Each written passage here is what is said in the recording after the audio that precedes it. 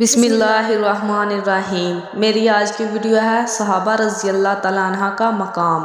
آپ صلی اللہ علیہ وآلہ وسلم نے فرمایا، میں ایک آدمی کو جانتا ہوں اور اس کے باپ کو بھی جانتا ہوں، جب وہ جنت کے دروازے پر آئے گا تو ہر دروازہ بے قرار ہو کر کہے گا، آپ صلی اللہ علیہ وآلہ وسلم ادھر تشریف لائیں۔ 8 دروازے اسی طرح پکاریں گے، ہر دروازے کی تمنا ہوگی کہ آنے والا ادھر سے گزرے۔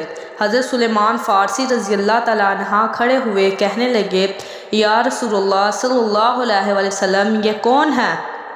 فرمایا، ابو بکر صدیق رضی اللہ تعالیٰ عنہ ہے۔ پھر آپ صلی اللہ علیہ وآلہ وسلم نے فرمایا، میں نے ایک محل دیکھا یاقوت اور زمر کا۔ میں نے پوچھا کس کا ہے؟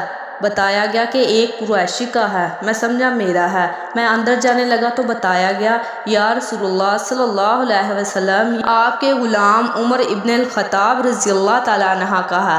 پھر آپ صلی اللہ علیہ وآلہ وسلم نے فرمایا، جنت میں ہر نبی کا ایک رفیق ہے، اے عثمان تو میرا جنت میں رفیق ہے۔ پھر آپ صلی اللہ علیہ وآلہ وسلم نے فرمایا، علی کا ہاتھ پکڑ کر کہ تجھے خوشخبری ہو، جنت میں تیرا گھر میرے گھر کے سامنے ہے۔ پھر آپ صلی اللہ علیہ وآلہ وسلم نے فرمایا، جنت میں ہر نبی کا ایک حواری ہوگا اور میرے 2 حواری ہیں، طلحہ رضی اللہ تعالیٰ عنہ اور زبیر رضی اللہ تعالیٰ عنہ۔